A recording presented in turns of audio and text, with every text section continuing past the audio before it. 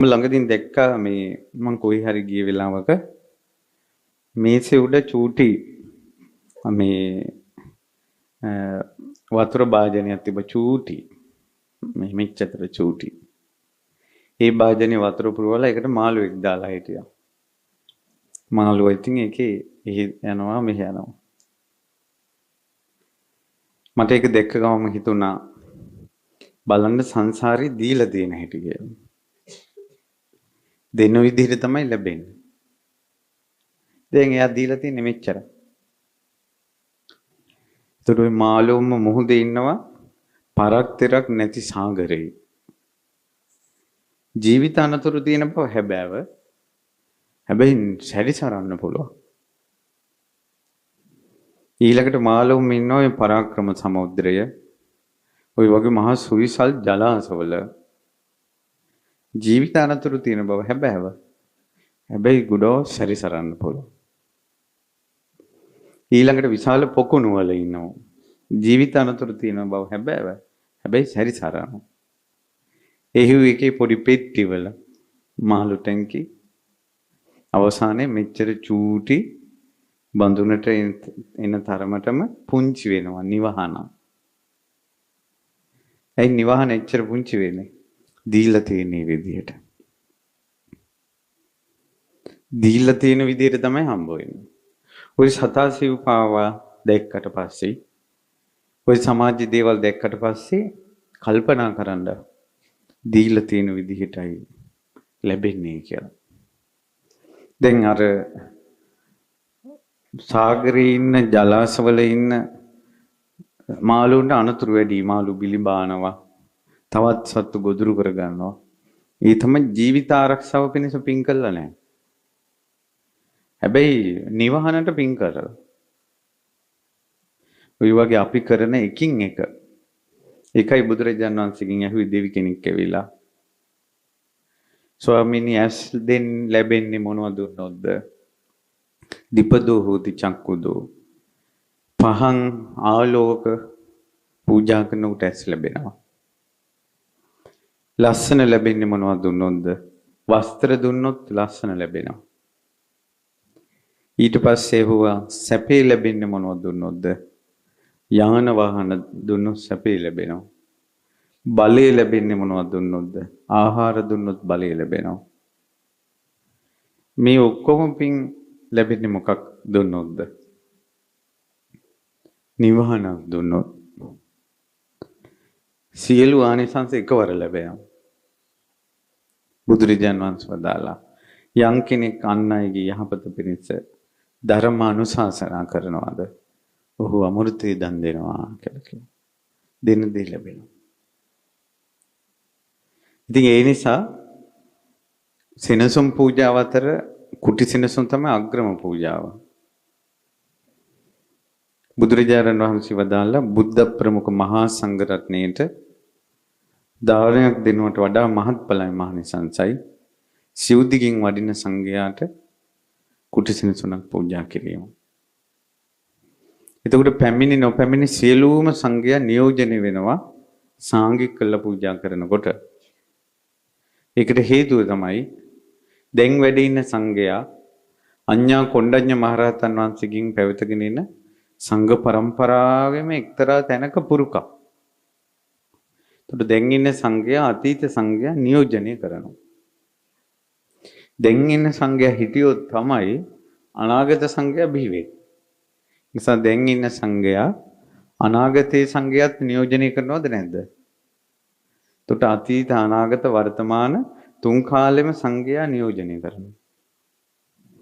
එතකොට දකුණු දිශාවෙන් ආවත් සංඝයා සංඝයාමයි. බටහිරින් ආවත් නැගෙනහිරින් ආවත් උතුරින් ආවත් සංඝයා සංඝයාමයි. එතකොට සිව්දිගින් වඩින සංඝයාම නියෝජනය වෙනවා. විහෙරට පැමිණියත් සංඝයා සංඝයාමයි. නොපැමිණියත් සංඝයා සංඝයාමයි. ඒ නිසා සාංගික කළ පූජා කරනකොට පැමිණි නොපැමිණි සිව්දිගින් වඩින සියලු සංඝයා නියෝජනය වෙනවා. එහෙම නියෝජනය කරලයි සාංගික කළ පූජා කළේ. ඒ නිසා මහත්ඵලයි මහනිසංසයි. සමහර සතා සිව්පාව ඉන්නවා තිරිසන් ලෝකෙත් ඉපදිලා කුටියට හානියක් වෙන්නේ නැහැ. දැන් ඔය සැප සම්පත් දීලා හදන සත්තු සිව්පාව ඉන්නවා. උන්ට වෙනම ඉන්න තැන් හදනවා. කූඩු, කෑම බීම සුද්ධ කරන ඒවා. මම දන්න ලංකාවෙත් සමහර ගෙවල් තියෙනවා. මම දැකලා තියෙනවා. පිටරට ගොඩක් තියලා ඉන්නවා. ඒ බල්ලාට වෙනම උපස්ථාන කරන්න වැඩකාරයෙක් වෙනම ගන්නවා. එතකොට එයාගේ ජොබ් එක තමයි බල්ලා නාවනවා, සුවඳ කරනවා. බල්ලාගේ මේ කැතකුණු අයින් කරනවා. ඒකට වෙනම ඉන්නවා. දීලා තියෙන විදිය. ඒත් තමන්ගේ අතින් තිරිසන් ලෝකෙ ඉපදෙන පාපයක් වුණා. ඒකෙන් සතෙක් සිව්පාවෙක් වුණා. නමුත් දීලා තියෙන නිසා ලැබෙන එක ලැබෙනවා. ඒකයි ඒකේ තියෙන්නේ. දැන් සමහර වෙලාවට පාරවල් වල යනකොට ඔයාලා දැකලා නැද්ද? සමහර ගෙවල් චූටි ගෙවල් පාර තමයි මිදුල. පාරෙන් තමයි දොර තියෙන්නේ ගෙදරට. මිදුලක් නැහැ. මොකක්ද ඔකට හේතුව? දීලා තියෙන විදිහ. සංසාරේ දීලා තියෙන විදිහ. සමහර ඉඩම් තියෙනවා ඉඩම් වල ඉඩම් කණු නැහැ. ඔය සමහර කැලෑ ආයේදී ගම්මාන මැද තියෙනවා ඒ ඉඩමේ කෙලවරක් නැහැ. ඔක්කර ගණන් ඉඩම් තියෙනවා. දීලා තියෙන විදිය. ඒ නිසා අපි කවුරුත් සංසාරේ අපිට ඉන්න තැන් අපි හදා ගන්නවා. කුරුල්ලෝ පවා කූඩු හදා ගන්නවා. පුංචි සත්තු පවා ගුල් හදා ගන්නවා. කුඹලා පවා ගෙයක් හදා ගන්නවා. සංසාරේ තිරිසං ආත්ම භාවයේ පටන්ම තම තමන්ට හදා ගැනීමලි තමයි කළේ. ඒ අතරේ සුළු පිරිසක් තමයි අනුන්ට හදලා දෙන්නේ. ඒ අතරිනොත් අග්‍ර දක්ෂිනීය වූ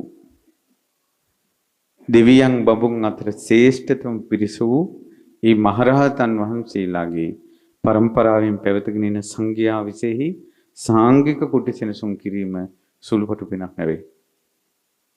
කුටියක් පූජා කිරීමේදී ඒ කුටියට සංඝයා ඇතුල් වෙන්නේ පටිසංඛායෝනිසෝ සීනාසනම් පටිසේවාමි. මන් නෝනින් විමසලාම මේ කුටිය පරිභෝග කරන්නේ සීතස්ස පටිඝාතාය සීතලෙන් ආරක්ෂා වෙන්න, උන්නස්ස පටිඝාතාය උණුසුමින් ආරක්ෂා වෙන්න, ඩාන්ස මකස වාතාතප සිරින්සප සම්පස්සානම් පටිඝාතාය මෙසි මඳුරු සතා සර්පයාගේ උවදුරු වලින් ආරක්ෂා වීම, උතුපරිස්සේ විනෝදනා ඉරුදු විපර්යාස වලින් ආරක්ෂා වෙන්න, පටිසල්ලානාරාමත්තං භාවනාවට උපකාරී වීම පිණිස. දෙන දේ ලැබෙනවා නම් ඕකනම් ලෝකේ ධර්මතාවය. අපි සංඝයාට දුන්නේ ආරක්ෂාව නම් නිවන් දකින ජීවිතේ දක්වා ඒ පුණ්‍ය විපාකෙදී ආරක්ෂාවම ලැබෙනවා. කවදාවත් සතෙක්ගෙන් සිව්පාවෙකින් අනතුරක් වෙලා මරණය සිද්ධ වෙන්නේ නැහැ පින ඔහු තුලත් එක සිද්ධ තියෙනකොට. කුටි සෙනසුන් පූජාවක් කරපු කෙනෙක් ගබ්සා වෙන්නේ නැහැ. ඊළඟ තමයි ඉස්සර විශේෂ කෙමක් විදිහට කළා. ඒ තමයි අමනුෂ්‍ය කරදර උවදුරු වලින් මිදෙන්න බැරි යක්ෂ ප්‍රේත භූත පිසාච අනවින කොඩි වින ආදී වුණියක් ඒ උවදුරු වලට නිතර ලක් වෙන කෙනෙක් ජීවිතේ කරගත යුතු ප්‍රධාන පිනක් කියනවා ওই කුටි සෙනසුන් පූජාව. ඒකට සතුරු උවදුරු වලින් ඔහුගේ ජීවිතේ නසන්න බෑ කියනවා. ඒ කුටි සෙනසුන් වල පූජාවේ මේ ආනිසංස. ඒකනේ කියන්නේ දියේ ගිල්ලා මැරෙන්නේ නැහැ කියන මේ කුටි සෙනසුන් පූජා කළාට පස්සේ. ලොකු ආරක්ෂාව. මන්නම් කියන්නේ ජීවිතේ කවදා හරි පුළුවන්කමක් තියෙනවා නම් Taman බුද්ධ ශාසනය වෙනුවෙන් කුටියක් හදන්න ඕන. අපි ගෙදරක ඉන්නකොට පුළුවන්කම තියෙනවා නම් මම මේ කියන්නේ. අපි ගෙදරක ඉන්නකොට අපි කල්පනා කරන්න ඕන අපි මෙච්චර හොඳට ජීවත් වුණාට බුද්ධ ශාසනය වෙනුවෙන් අපි යමක් කළා තියෙනවා. එහෙම නැත්නම් ඒ වගේ දෙයකට කොටස්කාරයෙක් වෙන්න ඕන.